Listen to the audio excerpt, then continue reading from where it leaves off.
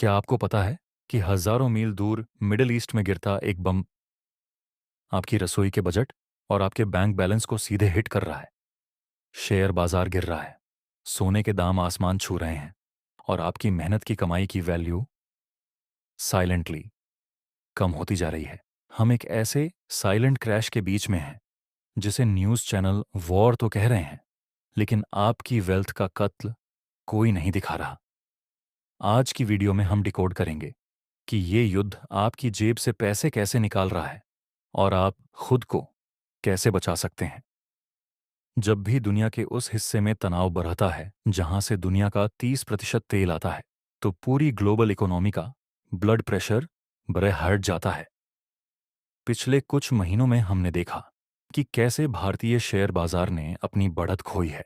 विदेशी निवेशक अपना पैसा निकालकर सुरक्षित ठिकानों जैसे गोल्ड या अमेरिकी डॉलर में डाल रहे हैं। इसे फ्लाइट टू सेफ्टी कहते हैं। मतलब, जब घर में आग लगी हो तो इंसान कीमती सामान लेकर बाहर भागता है। बाजार के लिए आपका पैसा वो सामान है और युद्ध वो आग। अब आप कहेंगे कि भाई, मैं तो शेयर बाजार में इन्वेस्ट ही नहीं करता, मुझे क्या फर्क पड़ता है। यहीं आता है सबसे बड़ा जाल। मिडिल ईस्ट में तनाव का सीधा मतलब है क्रूड ऑयल, यानी कच्चे तेल की कीमतों में उछाल। भारत अपनी जरूरत का 80% तेल इंपोर्ट करता है। जब तेल महंगा होता है तो ट्रांसपोर्टेशन महंगा होता है, और जब ट्रांसपोर्टेशन महंगा होता है तो आपके दूध, सब्जी और ऑनलाइन ऑन ऑर्डर किए गए सामान की कीमत बढ़ा जाती है। इसे कहते हैं इनडायरेक्ट इन्फ्लेशन। आपकी वेल्थ सिर्फ बाजार गिरने से कम नहीं होती, बल्कि बढ़ती महंगाई से भी खत्म होती है। युद्ध के समय डॉलर मजबूत होता है, और जब रुपया गिरता है तो भारत के लिए सब कुछ महंगा हो जाता है।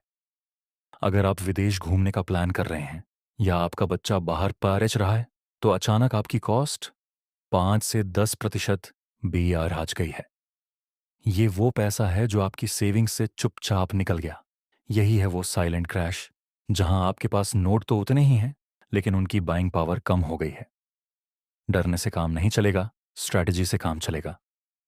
इस साइलेंट क्रैश में सरवाइव करने के 3 तरीके हैं।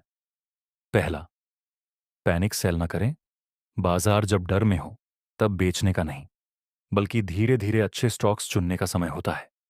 दूसरा, गोल्ड एज अ हेज। सोना हमेशा युद्ध के समय चमकता है। अपने पोर्टफोलियो का 10 से 15% हिस्सा गोल्ड में जरूर रखें। और तीसरा, इमरजेंसी फंड। ऐसी अनिश्चितता के समय कम से कम 6 महीने का खर्च लिक्विड कैश या सेविंग्स में रखें।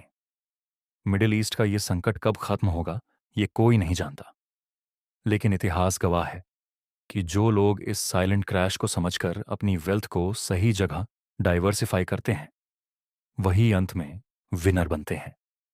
अगर आपको लगता है कि इस जानकारी से आपके पैसों को समझने का नजरिया बदला है, तो वीडियो को लाइक करें और कमेंट में बताएं कि क्या आपने इस क्रैश की वजह से अपना इन्वेस्टमेंट प्लान बदला है। सब्सक्राइब करना न भूलें। सुरक्षित रहें, समझदार बनें